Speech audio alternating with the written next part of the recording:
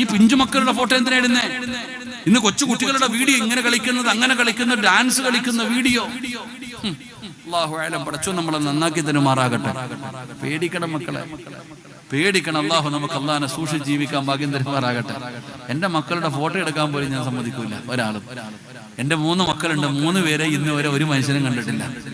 എന്റെ മക്കളുടെ ഫോട്ടോ പോലും എന്റെ ഫോണിൽ ആര് വന്നാലും ഞാൻ ഫോൺ എടുക്കാൻ കഴിയും. എന്തിനാ? അവന്റെ ആവശ്യം എന്താ? നമ്മുടെ മക്കളെ മറ്റുള്ളവരെ കാണിച്ചു കൊടുക്കേണ്ട കാര്യം എന്താ? എന്റെ പ്രിയപ്പെട്ടവരെ, നമ്മൾ സൂക്ഷിക്കേണ്ട. ഞാൻ പലരും വന്നപ്പോൾ എന്റെ ഉസ്താദ്, എല്ലാവർക്കും നിർബന്ധം ഉസ്താദിന്റെ കൂടെ നിർത്തി ഫോട്ടോ എടുക്കണമെന്ന്. എന്നെ കൊണ്ട് എടുപ്പിക്കും. ഞാൻ പറയും, ആ പാപം നീ തീർത്തോണം, ഞാൻ ഏക്കൂല. എല്ലാവരും എന്നെ കാണുമ്പോൾ കുഞ്ഞുങ്ങളെ നിർത്തിയിട്ട് ഫോട്ടോ എടുപ്പിക്കും, ഫേസ്ബുക്കിൽ എടുത്തിടും. അത് അവര് അവരെല്ലാം തീർത്തോണം. എനിക്കറിയില്ല. അല്ലാഹു നമുക്ക് ഈമാൻ തരുമാറാകട്ടെ. ആമീൻ പറ. അല്ലാഹു നമുക്ക് ഈമാൻ നൽകുമാറാകട്ടെ. ഈ ഫോട്ടോ ഒക്കെ എടുക്കുന്ന എന്തിനാ? എന്റെ ആവശ്യം എന്താ? അല്ലാഹു നമുക്ക് നൽകിയിരിക്കുന്ന മക്കൾ നമ്മുടെ അമാനത്തല്ലേ, നമ്മുടെ സൗഭാഗ്യമല്ലേ? ആ മക്കളെ പൊന്നുപോലെ നോക്കണം. അല്ലാഹു നമ്മുടെ മക്കളെയൊക്കെ നന്നാക്കി തരുമാറാകട്ടെ. അപ്പൊ ഞാൻ പറഞ്ഞു വന്നത്, എന്റെ പ്രിയപ്പെട്ട സഹോദരങ്ങളെ, നീ ഊട്ടി പോയാ നീ എന്തിനാ നാട്ടുകാരെ കാണിക്കുന്നത്? എടാ, നീ വീട് വെച്ച ബാത്റൂം വരെ നീ വീഡിയോ പിടിക്കും. ഞാനൊരു വീട് വെച്ചിട്ടുണ്ട്, കേറുന്നത് മുതൽ ബെഡ്റൂം മുതൽ അടുക്കള മുതൽ ബാത്റൂം വരെ നീ ഇങ്ങനെ സ്റ്റാറ്റസ് നടന്ന് പിടിച്ചിട്ട് ഇങ്ങനെ ഇട്ടിരിക്കുക. വീഡിയോ എല്ലാരും കാണണം, എന്റെ കൊട്ടാരം കാണണം. എങ്ങനുണ്ട് അതിനകത്ത് ഇപ്പോ? സുബ്ഹാനല്ലാഹ്. എങ്ങനെയുണ്ട് താത്ത? 2 കോടികൾ ചെലവഴിച്ച് കൊട്ടാരം വെച്ച് സ്റ്റാറ്റസ് ഇട്ടിട്ട് ഇപ്പൊ അതിനകത്ത് കീരിയും പാമ്പും കളി നടന്നുകൊണ്ടിരിക്കുക. അല്ലാഹു കാത്തിരക്ഷിക്കുമാറാകട്ടെ. സമാധാനമില്ല. എന്തിനാ നീ നാട്ടുകാരെ കാണിക്കുന്നത്? ആ ഖുർആൻ ഒരു പ്രാവശ്യമെങ്കിലും ആ കറുത്ത അക്ഷരമൊന്ന് വായിച്ചു നോക്കാനുള്ള മനസ്സുണ്ടായിരുന്നെങ്കിൽ, എന്റെ പ്രിയപ്പെട്ടവരെ, നമ്മുടെ മക്കള് കാരണം നമുക്ക് സങ്കടപ്പെടേണ്ടി വരില്ല. അല്ലാഹുവിന്റെ വിശുദ്ധമായ ഖുർആൻ 114 സൂറത്തുകൾ, 6600-ൽ പരം വരുന്ന ആയത്തുകൾ.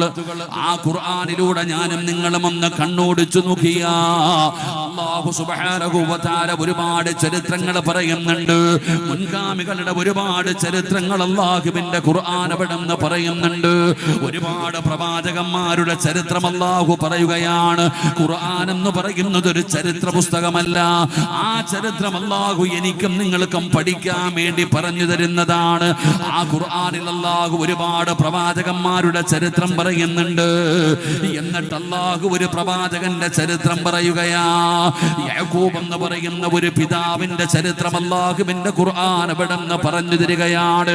യാക്കൂബ് നബി അലൈഹിസ്സലാം, യാക്കൂബ് എന്ന് പറയുന്ന ഒരു പ്രവാചകന്റെ ചരിത്രം പറഞ്ഞു തരികയാണ്.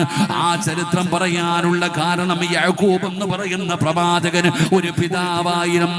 12 മക്കളെ വളർത്തിയ ഒരു പിതാവാണ് യാക്കൂബ് നബി അലൈഹിസ്സലാം. 1 അല്ല 2 അല്ല 5 അല്ല 12 ആൺമക്കളെ വളർത്തിയ പിതാവാണ് യാക്കൂബ് നബി അലൈഹിസ്സലാം. പടച്ചവനെ, ആ യാക്കൂബ് എന്ന് പറയുന്ന പിതാവിന്റെ ചരിത്രം അല്ലാഹു പറയുകയാണ്. എന്നിട്ട് അല്ലാഹു തന്നെ പറയുന്നു, അഹ്സനുൽ ഖസസ്, ഏറ്റവും മനോഹരമായ ചരിത്രം. ഖുർആൻ തന്നെ പറയുന്നു, ഏറ്റവും മനോഹരമായ ചരിത്രം. ആ 12 മക്കളെ വളർത്തിയ പിതാവിന്റെ ചരിത്രം അല്ലാഹു പറയുകയാ. പഠിക്കണേ വാപ്പമാരെ, ഒരിക്കലെങ്കിലും ഒന്ന് വായിച്ചു നോക്ക്. എങ്ങനെയാണ് മക്കളെ വളർത്തേണ്ടത്? ഒരു വാപ്പയുടെ ക്വാളിറ്റി എന്താ? ഒരു വാപ്പയുടെ യോഗ്യത എന്താ? ഒരു പിതാവെന്ന് പറഞ്ഞാൽ എങ്ങനെയായിരിക്കണം? യാക്കൂബ് എന്ന് പറയുന്ന പിതാവിന്റെ ചരിത്രം അവിടെ നിന്ന് വായിച്ചു നോക്ക്. സാധാരണ ഒരു പ്രവാചകനല്ല, പാരമ്പര്യമായ ആ കുടുംബം മുഴുവനും പ്രവാചക പരമ്പരയാണ്. യാക്കൂബ് നബിയുടെ വാപ്പയാണ് ഇസ്ഹാഖ് നബി അലൈഹിസ്സലാം. ആ കുടുംബത്തിലെ സഹോദരനാണ് ഇസ്മായിൽ നബി അലൈഹിസ്സലാം. അവിടുത്തെ വാപ്പയാണ് മഹാനായ ഖലീലുല്ലാഹി ഇബ്രാഹിം നബി അലൈഹിസ്സലാം. ഇബ്രാഹിം നബി, ഇസ്മായിൽ നബി, ഇസ്ഹാഖ് നബി, യാക്കൂബ് നബി, യൂസുഫ് നബി, സുലൈമാൻ നബി, അയ്യൂബ് നബി, സുലൈമാൻ നബി, യൂനുസ് നബി, പടച്ചവനെ ദാവൂദ് നബി അലൈഹിസ്സലാം, സുലൈമാൻ നബി അലൈഹിസ്സലാം, മറിയം ബീവി റളിയല്ലാഹു തആല അൻഹ. ആ പരമ്പര ഇങ്ങനെ കടന്നു വരികയാണ്. പ്രവാചക പരമ്പരയാണ്, പ്രവാചക പരമ്പരയാണ്. അതുകൊണ്ട് എന്റെ പ്രിയപ്പെട്ട ഉപ്പമാരോട് ഉമ്മമാരോട് യാക്കൂബ് എന്ന് പറയുന്ന പിതാവിനെ കുറിച്ച് അല്ലാഹു പറഞ്ഞു തരുമ്പോ ഒന്ന് പഠിക്കണേ. യാക്കൂബ് നബി ആരാണ്? ആ യാക്കൂബ് നബി എന്ന് പറയുന്ന പിതാവ് ആരായിരുന്നു? ആ പിതാവിൽ നിന്ന് ഞാനും നിങ്ങളും പഠിക്കേണ്ട പാഠം എന്താണ്? അല്ലാഹുവിന്റെ ഖുർആൻ അവിടെ നിന്ന് പറയുകയാ, പടച്ച റബ്ബേ, ഞങ്ങളുടെ മക്കളെ ദുനിയാവിലും ആഖിറത്തിലും ഉപകരിക്കുന്ന മക്കളിൽ നീ പെടുത്തണേ അല്ലാഹ്. പ്രിയപ്പെട്ടവരെ, യാക്കൂബ് നബിയുടെ ചരിത്രം എടുത്ത് വായിച്ചു നോക്ക്. യാക്കൂബ് നബിയുടെ ഒന്നാമത്തെ പ്രത്യേകത എന്താ? യാക്കൂബ് നബിയുടെ ഒന്നാമത്തെ പ്രത്യേകത എന്താ? ഒരു വാപ്പ ആദ്യമായിട്ട് തന്റെ മക്കൾക്ക് പഠിപ്പിച്ചു കൊടുക്കേണ്ടത് എന്താണെന്നറിയോ? ഒരു വാപ്പ എങ്ങനെയാണ് മക്കളെ വളർത്തേണ്ടതെന്നറിയുമോ? വവസ്സാ ബിഹാ ഇബ്രാഹീമു ബനീഹി വയഅകൂബ് യാ ബനിയ ഇന്നല്ലാഹ അസ്തഫാ ലകുമുദ്ദീന ഫലാ തമൂതുന്ന ഇല്ലാ വഅൻതും മുസ്ലിമൂൻ. യാക്കൂബ് എന്ന് പറയുന്ന പിതാവ് തന്റെ മക്കൾക്ക് പഠിപ്പിച്ചു കൊടുത്ത ഒന്നാമത്തെ കാര്യം എന്താ? അവിടെ നിന്ന് പറഞ്ഞു കൊടുത്തു, മക്കളെ, ജീവിതമെന്ന് പറയുന്നത് ആസ്വദിക്കാനുള്ളതല്ല, അടിച്ചു പൊളിക്കാനുള്ളതല്ല, നിനക്കൊക്കെ തോന്നുന്നത് പോലെ ജീവിക്കാനുള്ളതല്ല, ഇഷ്ടമുള്ളത് തിന്നും കുടിച്ചും ജീവിക്കാനുള്ളതല്ല. നീ അല്ലാഹുവിന്റെ അടിമയാണ്. നിനക്കൊരു യജമാനനുണ്ട്, പടച്ച റബ്ബ്. ആ പടച്ച റബ്ബ് പറയുന്നത് പോലെ വേണം ജീവിക്കാൻ. നീ ദീനനുസരിച്ചിട്ട് വേണം ജീവിക്കാൻ. നീ ദീനനുസരിച്ചിട്ട് വേണം ജീവിക്കാൻ. ആ ദീന് പറയുന്ന രീതിയിൽ വേണം നീ ജീവിക്കാൻ. അല്ലാതെ നിനക്ക് തോന്നുന്നത് പോലെ ജീവിക്കാൻ കഴിയില്ല. നിനക്കൊരു മതമുണ്ട്, നിനക്കൊരാദർശമുണ്ട്. ആ ആദർശം മുറുകെ പിടിച്ചു വേണം നീ ജീവിക്കാൻ. അങ്ങനെ ജീവിച്ചാല് ഈ ലോകത്ത് നിന്ന് യാത്ര പറയുന്ന സമയത്ത് നീ ഈമാനോടുകൂടി മരിക്കാൻ കഴിയോ? മുസ്ലിമായിട്ടേ മരിക്കാൻ കഴിയോ? മഹാനായ ദാവൂദ് നബി അലൈഹി, മഹാനായ യാക്കൂബ് നബി അലൈഹിസ്സലാം തന്റെ പ്രിയപ്പെട്ട മക്കൾക്ക് പഠിപ്പിച്ചു കൊടുത്ത ഒന്നാമത്തെ കാര്യം ദീനായിരുന്നു, ആദർശമായിരുന്നു, മതത്തെക്കുറിച്ചായിരുന്നു. എന്റെ പ്രിയപ്പെട്ട സഹോദരങ്ങളെ, യാക്കൂബ് നബി ഇടയ്ക്കിടയ്ക്ക് തന്നെ മക്കളെ ഉപദേശിക്കുമായിരുന്നു. അവസാനം പടച്ച റബ്ബ് വയസ്സാം കാലത്തും മരണത്തോട് മല്ലടിക്കുമ്പോഴും യാക്കൂബ് നബി തന്റെ മക്കളെ 12 പേരെയും അടുത്ത് വിളിക്കുകയാണ്. അംകുന്തും ശുഹദാ ഇദ് ഹളറ യാക്കൂബൽ മൗത്ത്. പടച്ചവനെ, മഹാനായ യാക്കൂബ് നബി അലൈഹിസ്സലാം തന്റെ മരണമെടുക്കുന്ന സമയത്ത്, തന്റെ സക്കറാത്തിന്റെ അവസ്ഥ കടന്നു വന്നപ്പോ തന്റെ പൊന്നാര മക്കളെ മുഴുവനും അടുത്ത് വിളിക്കുകയാണ്. എന്നിട്ട് യാക്കൂബ് നബി അലൈഹിസ്സലാം ചോദിക്കുകയാ, അം കുന്തും ശുഹദാ ഇദ് ഹളറ യാക്കൂബൽ മൗത്ത് ഇദ് ഖാല ലിബനീഹി മാ തഅബുദൂന മിൻ ബഅദി.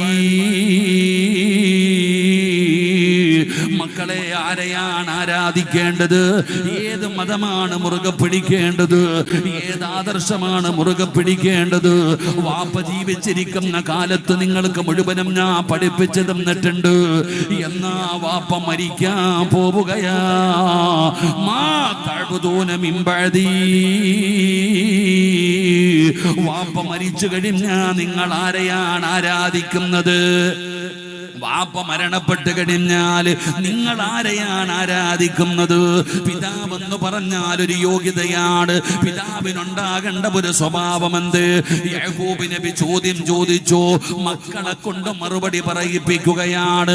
അം കുന്തും ശുഹദാ ഇദ് ഹളറ യാക്കൂബൽ മൗത്ത് ഇദ് ഖാല ലിബനീഹി മാ തഅബുദൂന മിൻ ബഅദി. വാപ്പ മരിച്ചു കഴിഞ്ഞാൽ നിങ്ങൾ ആരെയാണ് ആരാധിക്കുന്നത്? പറയടാ മക്കള്. യാക്കൂബ് നബി തന്റെ പൊന്നാര മക്കളോട് ചോദിക്കുമ്പോ ആ മക്കള് പറഞ്ഞു കൊടുത്ത മറുപടി എന്തെന്നറിയോ? അവിടെന്ന് പറയുകയാണ്, ഖാലൂ നഅ്ബുദു ഇലാഹക വ ഇലാഹ ആബായിക ഇബ്രാഹീമ വ ഇസ്മാഈല വ ഇസ്ഹാഖ്.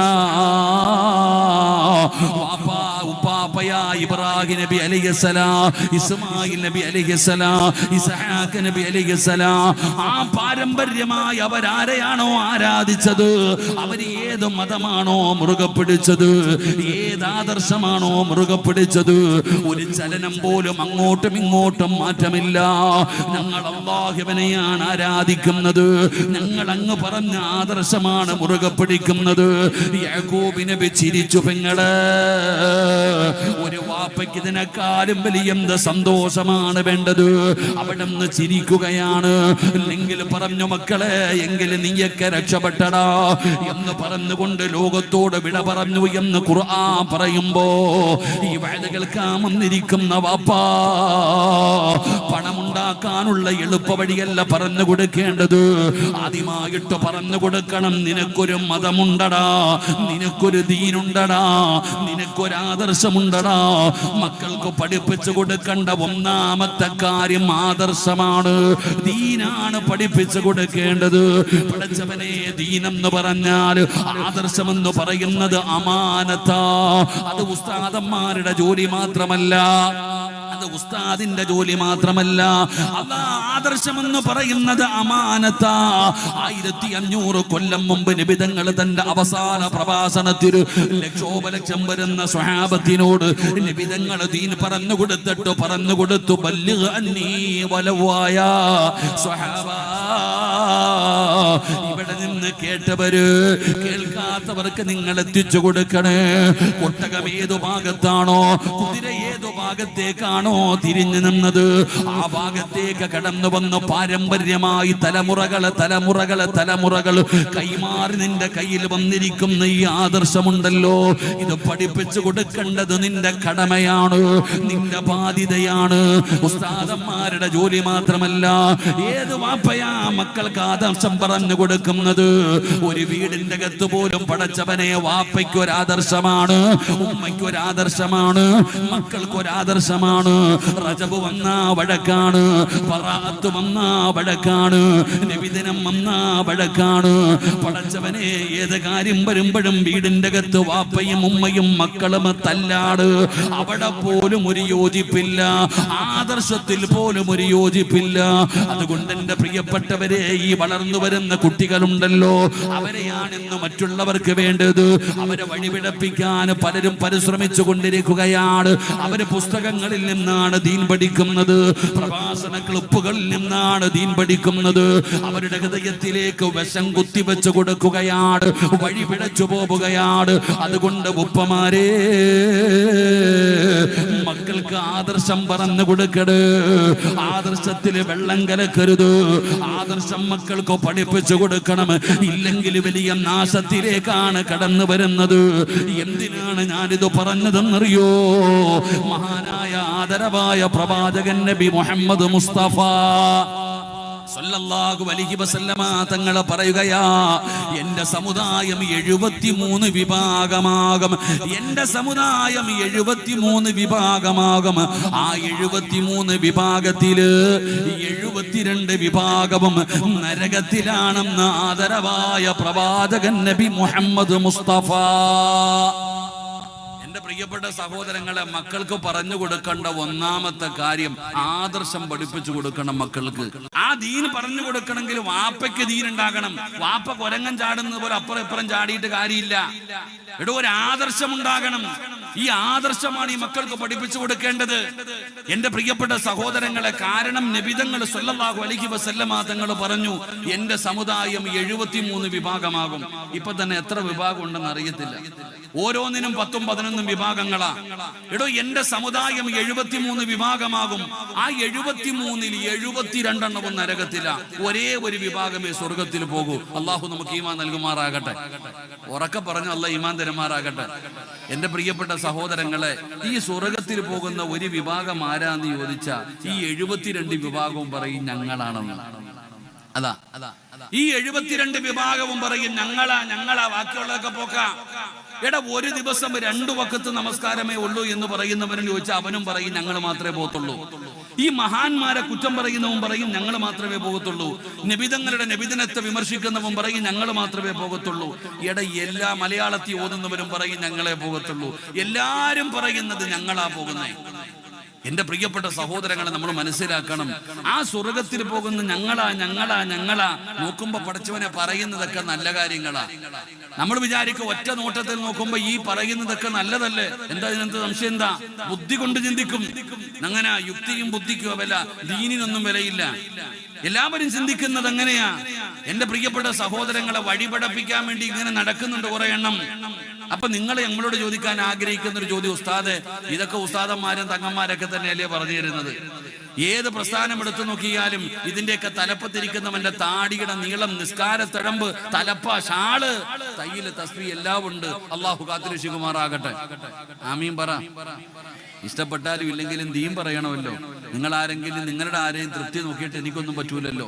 എടോ നിങ്ങൾ ചിന്തിക്കണം, ഈ താടിയും തഴമ്പും കണ്ടിട്ട് നിങ്ങൾ ആരും വീണൊന്നും പോകരുത്. അതിലൊന്നും ഒരു കാര്യമില്ല.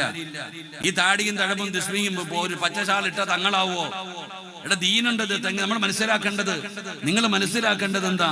ആകാശത്തിന്റെ കീഴിൽ നടക്കുന്നതിൽ ഏറ്റവും നല്ല മനുഷ്യൻ ആലിമാണെന്ന് മഹാനായി നബി മുഹമ്മദ് മുസ്തഫ.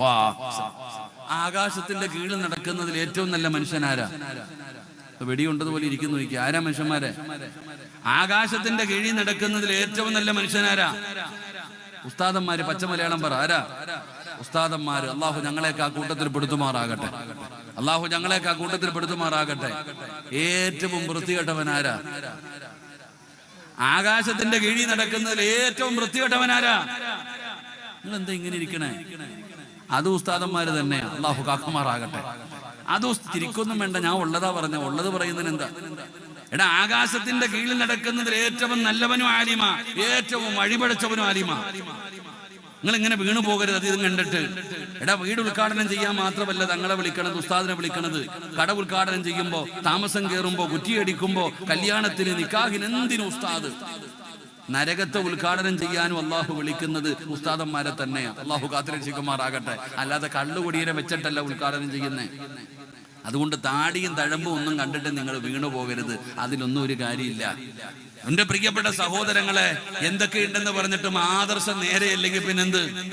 എടാ ആദർശമില്ലെങ്കിൽ പിന്നെ എന്ത് തങ്ങള്, എന്ത് ആലിമ, എന്ത് പണ്ഡിതൻ, എന്ത് പ്രഭാഷകൻ, ഏത് ആരുമാകട്ടെ, ആദർശം വേണമല്ലോ എന്റെ പ്രിയപ്പെട്ട സഹോദരങ്ങൾ. അതുകൊണ്ട് നമ്മൾ ഇന്ന് ആദർശം, നമ്മൾ ചിലരെ പറയും വലിയ ആളാ.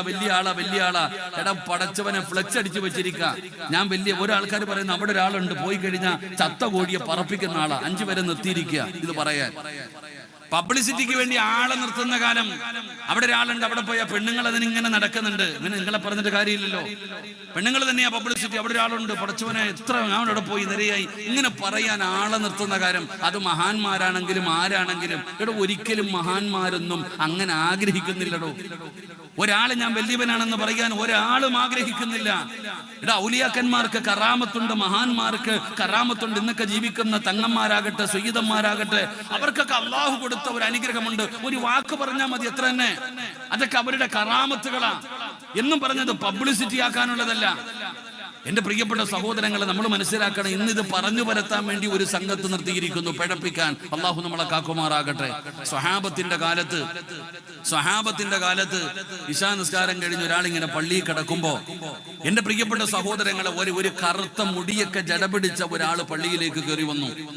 അദ്ദേഹം പള്ളിക്കകത്ത് കയറി വന്നു. ഒന്നാമത്തെ സഫിൽ പോയി 2 റക്അത്ത് നമസ്കരിച്ചു. നമസ്കാരം കഴിഞ്ഞ ഉടനെ അദ്ദേഹം അങ്ങോട്ടും ഇങ്ങോട്ടൊക്കെ നോക്കി, ആരുമില്ല. പള്ളിക്കകത്ത് ഒരാളിങ്ങനെ കിടക്കുന്നുണ്ട്. സത്യം പറഞ്ഞാൽ ഈ ചരിത്രം പറയുന്നത് ആ മനുഷ്യൻ ഉറങ്ങുന്നത് പോലെ കണ്ണടച്ച് കിടക്കുകയാണ്. അദ്ദേഹം ഉറങ്ങുന്നത് പോലെ കണ്ണടച്ച് കിടക്കുകയാ. അയാൾ ഉറങ്ങിയിട്ടില്ല. അപ്പൊ ഈ ഒന്നാമത്തെ സഫിലിരിക്കണ ചങ്ങാതി വിചാരിച്ചു ഇദ്ദേഹം ഉറങ്ങുകയാണെന്ന് മനസ്സിലായപ്പോ 2 കൈയും ഉയർത്തിയിട്ട് പടച്ചവനോട് പറഞ്ഞു, അല്ലാഹുവേ, ഇന്ന് ഞാൻ ഈ കൈ താഴ്ത്തി ഇവിടെ നിന്ന് എഴുന്നേൽക്കുന്നതിന് മുമ്പ് നീ മഴ തന്നിരിക്കണം. അള്ളാഹിനോട് പറയാ, പടച്ചവനെ, ഇരിക്കുന്ന സ്ഥലത്ത് നിന്ന് ഞാൻ എഴുന്നേൽക്കുന്നതിന് മുമ്പ് നീ മഴ തന്നിരിക്കണം. ഈ ഹദീസ് പറയുന്ന ആ മനുഷ്യൻ ചിന്തിക്കുകയാ, അന്ന് രാവിലെ സഹാബത്ത് മുഴുവനും ഒരുമിച്ച് കൂടിയിട്ട് മഴ പെയ്യാൻ വേണ്ടി ദുആ ചെയ്തിട്ട് മഴ പെയ്തിട്ടില്ല. അള്ളാഹുവിന്റെ പ്രവാചകൻ സല്ലല്ലാഹു അലൈഹി വസല്ലമ തങ്ങളുടെ സ്വഹാബത്ത് അന്ന് ഒരുമിച്ച് കൂടിയിട്ട് മഴ പെയ്യാൻ വേണ്ടി ദുആ ചെയ്തിട്ട് മഴ പെയ്തിട്ടില്ല. അന്നാണ് ഒരു മനുഷ്യൻ പള്ളിക്കകത്ത് വന്നിരുന്നിട്ട് അള്ളാഹിനോട് പറയാ, ഞാൻ എഴുന്നേൽക്കുന്നതിന് മുമ്പ് മഴ തരണം. ഇയാള് ചിന്തിക്കുക, ഇയാളിപ്പോ ആരാപ്പ പടച്ചനെ, ഇതെന്താ ഇങ്ങനെ ചിരി വന്നു? അദ്ദേഹത്തിന് തന്നെ കോമഡി കേട്ടതുപോലെ ചിരി വരികയാ. എന്റെ പ്രിയപ്പെട്ട സഹോദരങ്ങളെ, ആ മനുഷ്യൻ ദുആ ചെയ്ത് കഴിഞ്ഞിട്ട് അവിടെ നിന്ന് എഴുന്നേൽക്കുന്നതിന് മുമ്പേ മഴ പെയ്തു. മഴ പെയ്തു. അയാൾ എഴുന്നേറ്റ് നിസ്കാരം തുടങ്ങി, ദിക്റുകൾ പറയാൻ തുടങ്ങി, ഖുർആൻ ഓതാൻ തുടങ്ങി. അങ്ങനെ നേരം വെളുത്തു, സുബഹി നിസ്കാരം എല്ലാം കഴിഞ്ഞു. ജനങ്ങളൊക്കെ പള്ളിയിൽ വന്ന് നിസ്കാരം കഴിഞ്ഞ് ഇറങ്ങിപ്പോയപ്പോ ഈ ഉറങ്ങിയതുപോലെ കിടന്ന മനുഷ്യൻ, ആ ദുആ ചെയ്ത ആ മുടി ജട പിടിച്ച കറുത്ത മനുഷ്യന്റെ പുറകെ നടക്കാൻ തുടങ്ങി. നടന്ന് നടന്ന് നടന്ന് അദ്ദേഹത്തിന്റെ വീടിന്റെ മുമ്പിലെത്തിയപ്പോ ഇദ്ദേഹം ചെന്നിട്ട് ചോദിച്ചു, നിങ്ങളുടെ പേരെന്താ, നിങ്ങൾ ആരാ? നിങ്ങൾ ആരാ? ഇന്നലെ രാത്രി നിങ്ങൾ ദുആ ചെയ്തപ്പോഴാ മഴ പെയ്ത്, നിങ്ങൾ സാധാരണ ആളൊന്നുമല്ല, നിങ്ങൾ ആരാണെന്ന്. അപ്പൊ ഈ മനുഷ്യൻ ചോദിച്ചു, ഞാൻ ദുആ ചെയ്തിട്ട് മഴ പെയ്തോ? പോടാന്ന് പറഞ്ഞു കല്ല് പുറക്കി എറിഞ്ഞു. പോടാന്ന് പറഞ്ഞു, ഓടിച്ചു കളഞ്ഞു. അവിടെ നിന്ന് കല്ല് പറക്കി എറിഞ്ഞു, ദേഷ്യപ്പെട്ടുകൊണ്ട് പോടാന്ന് പറഞ്ഞു. എന്നിട്ട് വീടിന്റെ അകത്ത് കയറി വാതിലടച്ചു. പിന്നെ 3 ദിവസം ഈ മനുഷ്യനെ പള്ളിയിൽ കാണാതെ വന്നപ്പോ ഈ തെരഞ്ഞുപോയ മനുഷ്യൻ വീണ്ടും തെരഞ്ഞുപോയി. അപ്പൊ അയൽവാസിയോട് ചോദിച്ചു, ഇവിടെ ഒരാളുണ്ടായിരുന്നല്ലേ, എന്തേന്ന്? അന്ന് നിങ്ങൾ വന്നപ്പോ വഴക്കുണ്ടായില്ലേ? നിങ്ങൾ പോയതിനു ശേഷം ആ മനുഷ്യൻ ഇവിടെ നിന്ന് കരഞ്ഞുകൊണ്ട് ഇറങ്ങിപ്പോയി, നാട് തന്നെ വിട്ടുപോയി. അള്ളാഹു നമുക്ക് ഈ മന്ദിൽ അനുഗ്രഹിക്കുമാറാകട്ടെ. ഇതാണ് മഹാന്മാര്. അവരറിയാൻ ആഗ്രഹിക്കുന്നില്ല. അവരുടെ കറാമത്തുകൾ ഒരാൾ അറിഞ്ഞു കഴിഞ്ഞാൽ അവര് പിന്നെ ആഗ്രഹിക്കുന്നില്ല, നാട് വിടാ പോകും.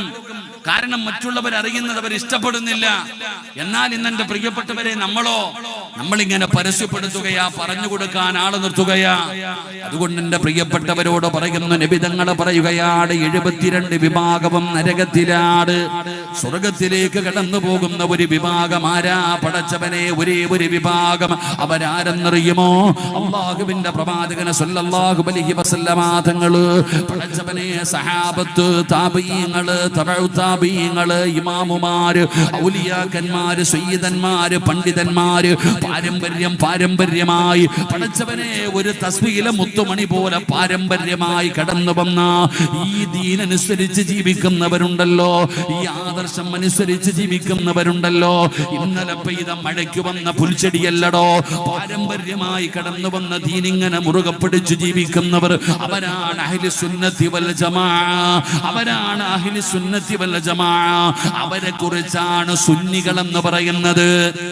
അവരെ കുറിച്ച് സുന്നി എന്ന് പറയുന്നത് ആ ആദർശം മുറുകെ പിടിച്ച് ജീവിക്കുന്ന ആ ഒരു വിഭാഗമല്ലാതെ വേറൊരു വിഭാഗവും സ്വർഗത്തിലേക്ക് കടക്കുകയില്ല. അതുകൊണ്ട് അവരിലേക്ക് അടുക്കൂ. ചന്ദനം ചാരിയ ചന്ദനം മണക്കുമല്ലോ. അവരുമായിട്ട് ബന്ധപ്പെടുപങ്ങള്. വെക്കേഷന്റെ സമയമാണല്ലോ, പള്ളികളിൽ ഉസ്താദന്മാരുണ്ടല്ലോ. പഠിച്ചവനെ കൊണ്ടുപോയിട്ട് ആദർശം എന്താണെന്ന് പഠിപ്പിച്ചു കൊടുക്ക്, ദീൻ എന്താണെന്ന് പഠിപ്പിച്ചു കൊടുക്ക്, എങ്ങനെയാണ് ജീവിക്കേണ്ടതെന്ന് പഠിപ്പിച്ചു കൊടുക്ക്. അല്ലാതെ ഏതെങ്കിലും തൊപ്പിയില്ലാത്തവൻ ഏതെങ്കിലും ഒരുത്തൻ എന്തെങ്കിലും വിളിച്ചു പറയുമ്പോ അതാണ് ദീനെന്ന് പറഞ്ഞവന്റെ പുറകിൽ പോയാൽ നരകത്തിനടിത്തട്ടിലേക്ക് പോയി വീണു പോകുമെന്നുള്ള സത്യം നിങ്ങൾ മറന്നു പോകരുത്. പടച്ചവനെ ഇത് പറയുമ്പോൾ എന്റെ പ്രിയപ്പെട്ടവരെ, ഈ സദസ്സിലിരിക്കുന്ന മല മാതാപിതാക്കളും സങ്കടപ്പെടുകയാണ്. ഉസ്താദേ, എന്റെ മകൻ നല്ലവനായിരുന്നു, അവനൊന്ന് സൗദിയിൽ പോയിട്ട് വന്നപ്പോൾ അവന് പല പല സംശയമായി. അവന് തറാവീഹ് 8 റക്അത്തായി. മഹാന്മാര് മരിച്ചു പോയവരായി. പടച്ചവനെ, അവൻ എന്തിനും തെളിവ് ചോദിക്കാൻ തുടങ്ങി. വീടിന്റെ അകത്ത് പോലും പടച്ചവനെ അവന് പലതും ചോദിക്കാൻ തുടങ്ങി. മക്കള് കാരണം സങ്കടപ്പെടുന്ന ഒരുപാട് മാതാപിതാക്കള്, ആദർശം വ്യത്യസ്തമായി പോയതിന്റെ പേരിൽ ഒരുപാട് സങ്കടപ്പെടുന്ന ഉമ്മ. എന്തിനാ ഉമ്മ സങ്കടപ്പെടുന്നത്? എന്തിനാ ഉമ്മ നീ സങ്കടപ്പെടുന്നത്? മരിച്ചാ കൊണ്ടുപോയി കുഴിച്ചിട്ടാ മതി. 3 ഇല്ല, 7 ഇല്ല, 11 ഇല്ല, 40 ഇല്ല, ആണ്ടില്ല, ചത്തുപോയല്ലോ എന്ന് പറയുന്ന മക്കള് കാരണം സങ്കടപ്പെടുന്ന വാപ്പമാരെ, പ്രസവിച്ചു എന്ന് പറഞ്ഞതിന്റെ പേരിൽ മാത്രം മക്കളാകണമെന്നില്ല. നിന്റെ രക്തത്തിൽ പിറന്നു എന്നതിന്റെ പേരിൽ സാധാരണ രീതിയിൽ നോക്കിയ മക്കളാണ്, എന്നാ മക്കളാകണമെന്നില്ല. എന്റെ പ്രിയപ്പെട്ടവരെ, മഹാനായ ശൈഖുൽ അംബിയാ നൂഹ് നബി അലൈഹിസ്സലാം 950 വർഷക്കാലം പടച്ച റബ്ബിന്റെ ദീനിന് വേണ്ടി ദഅവത്ത് നടത്തിയ മഹാനായ നൂഹ് നബി അലൈഹിസ്സലാം അതുപോലെ ഒരു പ്രവാചകനും ദഅവത്ത് നടത്തിയിട്ടില്ല. ആ പ്രവാചകന് അതാ അല്ലാഹുവിനെ കൊണ്ട് വിശ്വസിച്ചവരുമായി തൂഫാൻ എന്ന് പറയുന്ന ജലപ്രളയമുണ്ടായപ്പോ കപ്പലിൽ രക്ഷപ്പെടുകയാണ്, മുസ്ലിമീങ്ങളുമായി രക്ഷപ്പെടുകയാണ്.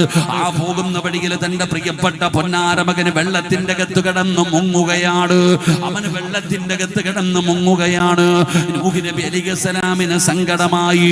തന്റെ പൊന്നാര മകനാണല്ലോ. അവിടെ നിന്ന് വിളിക്കുന്നു, യാ ബുനയ്യ, ഉപ്പാട പൊന്നുമോനെ, ഉപ്പാട പൊന്നുമോനെ,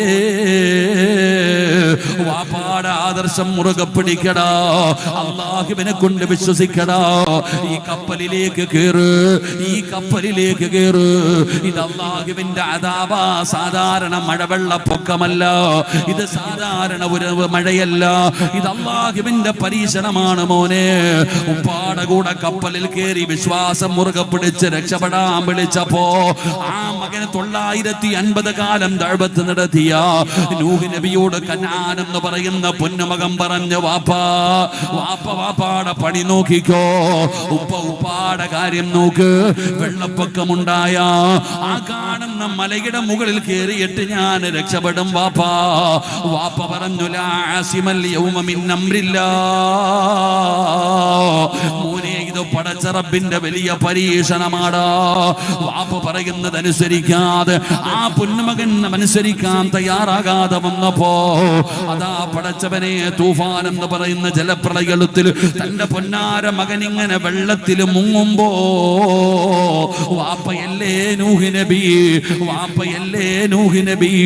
തന്റെ പൊന്നാര മകൻ ഈമാനില്ലാതെ വെള്ളത്തിന്റെ അകത്ത് കിടന്ന് മുങ്ങിച്ചാകുന്നത് കണ്ടപ്പോ നൂഹ് നബിക്ക് സങ്കടമായി.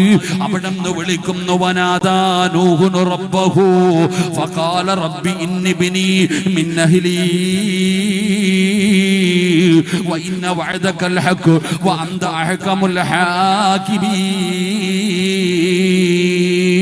നൂഹ് നബി അല്ലാഹുവിനോട് പറയുന്ന, പടച്ചവരെ, നീ എനിക്ക് വാഗ്ദാനം ചെയ്തിട്ടുണ്ട്, നീ എനിക്ക് വാഗ്ദാനം ചെയ്തിട്ടുണ്ട്, എന്റെ അഹിലിന്, എന്റെ കുടുംബത്തിന് സംരക്ഷണം തരുമെന്ന്, എന്റെ കുടുംബത്തിന് സംരക്ഷണം തരുമെന്ന് നീ വാഗ്ദാനം ചെയ്തിട്ടുണ്ട് പടച്ചവര്. ഈ വെള്ളത്തിൽ മുങ്ങിച്ചാകുന്നത് എന്റെ മകനല്ല, എന്റെ മോനല്ല, എന്റെ കുടുംബമല്ല, എന്റെ അഹില അല്ല.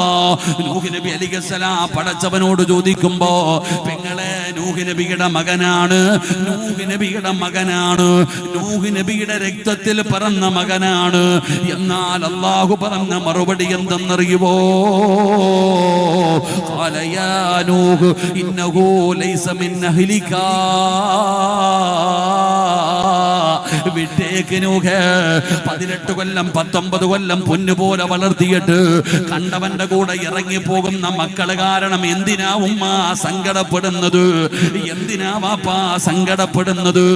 വിട്ടേക്ക് വാപ്പാ. വലൈസ മിൻ അഹ്ലിക. ആദർശം വേറെയാ, നിന്റെ കുടുംബമല്ല, നിന്റെ കുടുംബമല്ല, ആദർശം വേറെയാണെന്ന് ഖുർആൻ എവിടെന്ന് പറയുമ്പോ നൂഹ് നബിയോടാ പറഞ്ഞത്, നബിയെ, അങ്ങയുടെ കുടുംബമല്ലവൻ, അങ്ങയുടെ കുടുംബക്കാരനല്ല, ആദർശം വേറെയായി പോയി, വഴി വേറെയായി പോയി, തല തിരിഞ്ഞു പോയി. വിട്ടേക്കാൻ അല്ലാഹുവിന്റെ ഖുർആൻ പറയുമ്പോ വാപ്പമാരെ, യാക്കൂബ് നബി തന്റെ പൊന്നാര മക്കൾക്ക് പഠിപ്പിച്ചു കൊടുത്ത ഒന്നാമത്തെ കാര്യം ദീനാണ്, ആദർശമാണ്, വിശ്വാസമാണ്. അത് പഠിപ്പിച്ചു കൊടുക്കണമെന്ന് യാക്കൂബ് നബിയുടെ ചരിത്രം പഠിപ്പിക്കുകയാ, വിശദീകരിക്കുന്നില്ല.